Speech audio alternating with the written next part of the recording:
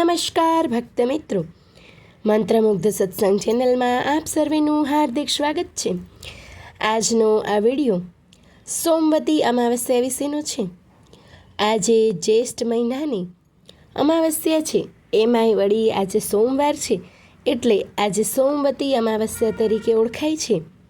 તો ભક્ત મિત્રો, આપણે આ વિડીયોની અંદર જાણીશું કે વ્રતની વિધિ, વ્રતની કથા અને વ્રતનો મહાત્મ્ય. તો ભક્ત મિત્રો, ચાલો આપણે શરૂ કરીએ. ઓમ શ્રી ગણેશાય નમઃ. જય શ્રી કૃષ્ણ. શ્રી સોમવતી અમાવસ્યા. શ્રી ગણેશાય નમઃ. મંગલાચરણ. વિશ્વાધારમ ગગનસદેશમ મેઘવર્ણમ શુભાગમ લક્ષ્મીકાંતમ કમલનયનમ યોગીભીદ્યો નગમ્યમ વંદે વિષ્ણુ ભવભયહરમ સર્વલૌકૈકનાથમ. ઓમ શાંતિ શાંતિ શાંતિ. અમાવસ્યા તુ સોમેન સપ્તમી ભાનુના સહ ચતુર્થી ભૂમિપુત્રણ સોમપુત્રણ ચાષ્ટમી ચતસ્રસ્થિતયસ્તેવા સૂર્યગ્રહણ સન્નિભા સ્નાનમ દાનમ તથા શ્રાદ્ધમ તત્રાક્ષયમ ભવેત. સોમવારયુક્ત અમાવસ્યા, રવિવારયુક્ત સાતમ, મંગળવારયુક્ત ચોથ અને બુધવારયુક્ત આઠમ, આ ચારેય તિથિઓ સૂર્યગ્રહણ સમાન ગણાય છે. તેથી તે ચારેય તિથિઓમાં કરેલું તીર્થ સ્નાન, દાન, શ્રાદ્ધ અક્ષય ફળ આપનાર થાય છે. ધર્મરાજ યુધિષ્ઠિરે મહાભારતના યુદ્ધ પછી સરસૈયા પર સૂતેલા પિતામહ શ્રી ભીષ્મના ચરણોમાં પ્રણામ કરી અત્યંત શ્રદ્ધાપૂર્વક પૂછ્યું કે મહારાજ, હું ઘણો જ દુઃખી છું. મારું ચિત્ત અશાંત રહે છે. અમારા વંશમાં ગણ્યા ગાંઠ્યા અમે 5 પાંડવો જ બચ્યા છીએ. સર્વત્ર સ્મશાનવત શાંતિ છે.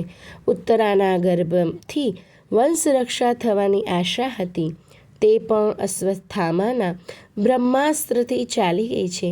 તો હે પિતામહ, મારે શું કરવું તે આપ બતાવો. ત્યારે શ્રી ભીષ્મજીએ દ્રૌપદી, સુભદ્રા અને ઉત્તરાને સોમવતી અમાવસ્યાનું વ્રત કરવાનું કહ્યું. તે વ્રતથી ઉત્તરાના ગર્ભની રક્ષા થઈ અને વંશવેલો વધ્યો હતો. વંશવેલો વધારવા અને પતિ તથા પુત્રનું આયુષ્ય વધારવા માટે આ વ્રત કરવું જોઈએ. અમા સોમ સમાયોગી યત્ર યત્ર હિ લભ્યતે તીર્થ કપિલધારં ચ ગંગા ચ પુષ્કર તથા દિવ્યાંતરિક્ષ ભૌમાની યાની તીર્થાની સર્વશ તાની તંત્રવશિષ્યન્તે ધર્ષે સોમદિનાન્વિતે. અમાસ અને સોમવારનો યોગ જ્યારે જ્યારે મળી જાય છે, ત્યારે ત્યારે તે શ્રેષ્ઠ યોગ હોય છે. ત્યારે હર કોઈ જળાશયમાં કપિલધારા, ગંગા તથા પુષ્કર તીર્થ વસે છે. તેમજ સ્વર્ગના, અંતરિક્ષના તથા પૃથ્વીના જે તીર્થો છે તે બધા સોમવારયુક્ત અમાસના દિવસે હર કોઈ જળાશયમાં વસે છે. આ દિવસે કરેલું તીર્થ સ્નાન, દાન, શ્રાદ્ધ અક્ષય ફળ આપનાર થાય છે. આ પુણ્યકાળ દેવતાઓને પણ દુર્લભ હોય છે. આ સોમવતી અમાવસ્યાનું વ્રત સ્ત્રીઓએ અવશ્ય કરવું જોઈએ. વ્રતની વિધિ. ભક્ત મિત્રો, હવે આપણે જાણીશું વ્રતની વિધિ. વ્રત વિધિ આ પ્રમાણે છે. વ્રત કરનારે પ્રાતઃકાળમાં વહેલા ઉઠીને શ્રી ભગવાનનું સ્મરણ કરવું જોઈએ. મૌન રાખી જળાશયમાં સ્નાન કરવું. પછી પીપળાના વૃક્ષ પાસે જઈને શ્રી વિષ્ણુ ભગવાનની પૂજા કરવી. શ્રી વિષ્ણુ ભગવાનની પૂજાનો મંત્ર આ પ્રમાણે છે. વક્તા વ્યક્ત સ્વરૂપાય સૃષ્ટિ સ્થિતન્યતકારિણે આદિમધ્યાંતહીનાય વિષ્ટરસ્રવસે નમઃ. વ્યક્ત અને અવ્યક્ત રૂપવાળા, સૃષ્ટિ, સ્થિતિ અને સંહાર કરનાર, આદિ, મધ્ય અને અંતથી રહિત વિષ્ટર સ્રવાને મારા નમસ્કાર છે, મારા નમસ્કાર છે. પીળું વસ્ત્ર, અક્ષત, ફળ, ધૂપ, દીપ, અનેક પ્રકારના સુગંધિત પુષ્પ અને નૈવેદ્યથી શ્રી વિષ્ણુ ભગવાનની પૂજા કરવી જોઈએ. પછી પીપળાની પૂજા કરવી. પીપળાની પૂજાનો મંત્ર આ મુજબ છે: અસ્વસ્થ હુત ભૂગ્વાસ ગોવિંદસ્ય સદાશ્રય અશેષમ હર મે પાપમ વૃક્ષરાજ નમોસ્તુતે. વૃક્ષરાજ નમોસ્તુતે. હે અસ્વસ્થ, આપની અંદર અગ્નિનો વાસ છે. ભગવાન વિષ્ણુના પણ તમે સદા આશ્રય એટલે કે પ્રતીક છો. હે વૃક્ષરાજ, મારા સમસ્ત પાપોને આપ નાશ કરો. આપને મારા પ્રણામ છે. પૂજન વખતે હાથમાં જળ લઈ નીચે મુજબનો સંકલ્પ કરવો જોઈએ.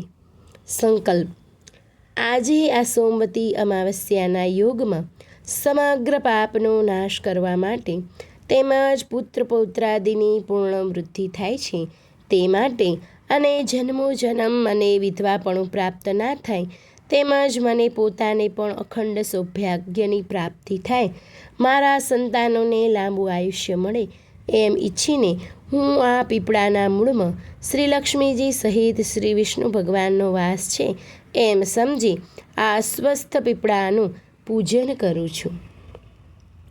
ભક્તિપૂર્ણ પૂજન કરીને પોતાની શક્તિ અનુસાર મુક્તા સોનું, ચાંદી, નાણું, મણી વગેરે કાંસાના અથવા ત્રાંબાના વાસણમાં ભરવું તથા બીજા વાસણમાં ભોજન પદાર્થો ભરવા. હવે પછી જે હું મંત્ર બોલું છું તેનાથી પીપળાની 108 વખત પ્રદક્ષિણા કરવી. પ્રદક્ષિણાનો મંત્ર આ પ્રમાણે છે: મૂલતો બ્રહ્મરૂપાય, મધ્યતો વિષ્ણુરૂપિણે, અગ્રત શિવરૂપાય, અશ્વત્થાય નમો નમઃ.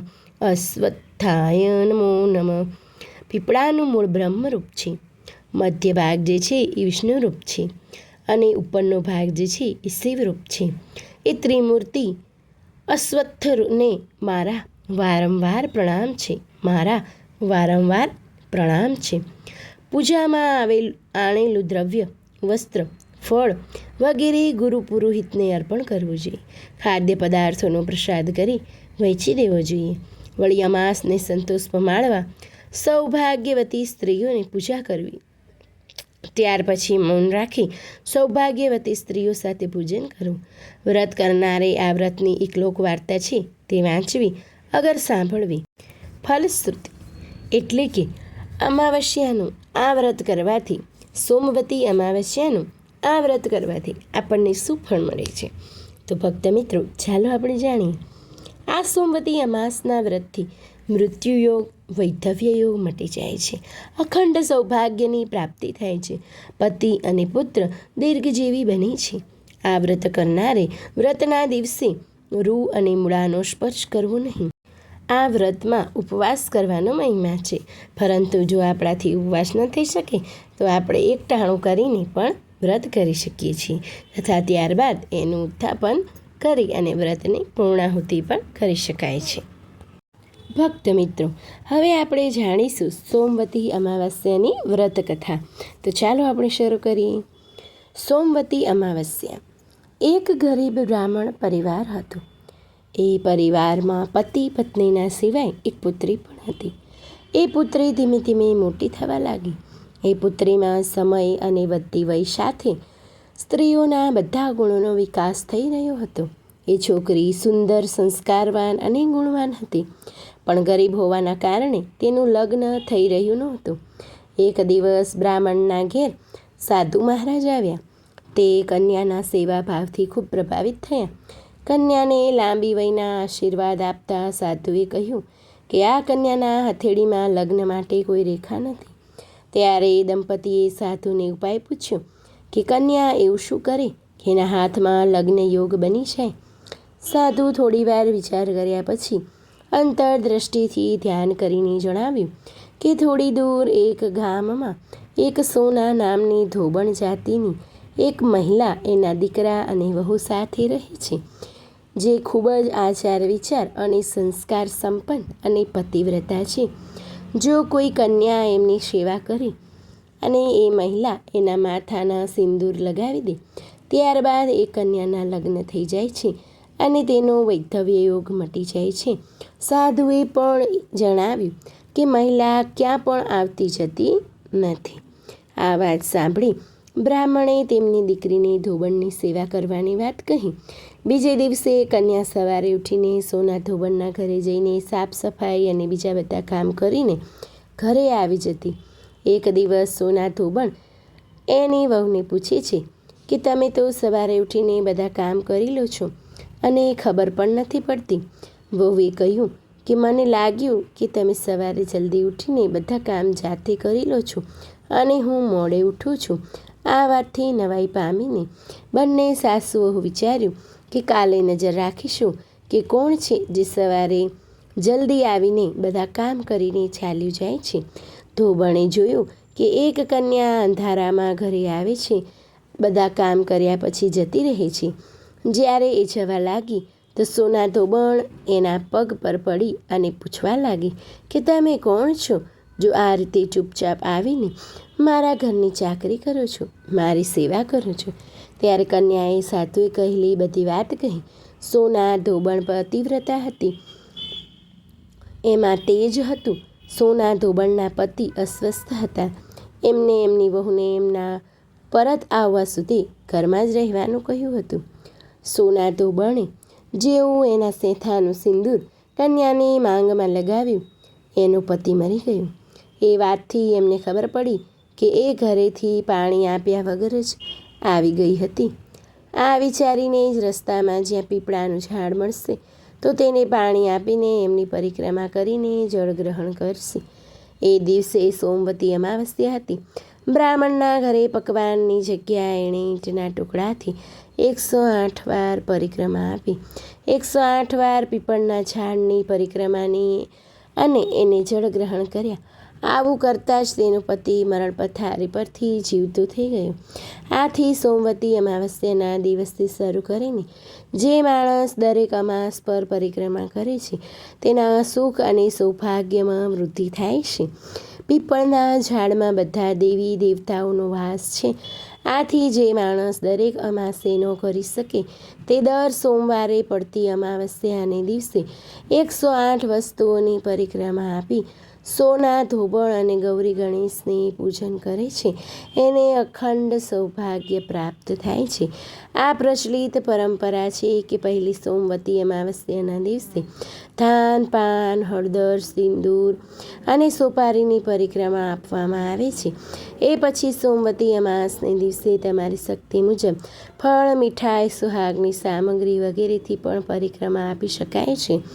અને પરિક્રમા પર ચઢાવેલ સામાન કોઈ બ્રાહ્મણ, નણંદ કે ભાણેજને આપી શકાય છે. તો બોલીએ શ્રી સોમવતી અમાવસ્યાની જય, શ્રી ગણપતિ દાદાની જય, ભોળિયા મહાદેવની જય, જલારામ બાપાની જય, સનાતન ધર્મની જય. ધન્યવાદ ભક્ત મિત્રો. જો આપ લોકોને વિડીયો ગમ્યો હોય તો લાઈક કરજો, ચેનલને સબસ્ક્રાઈબ કરજો અને બેલ આઇકન દબાવવાનું ભૂલતા નહીં.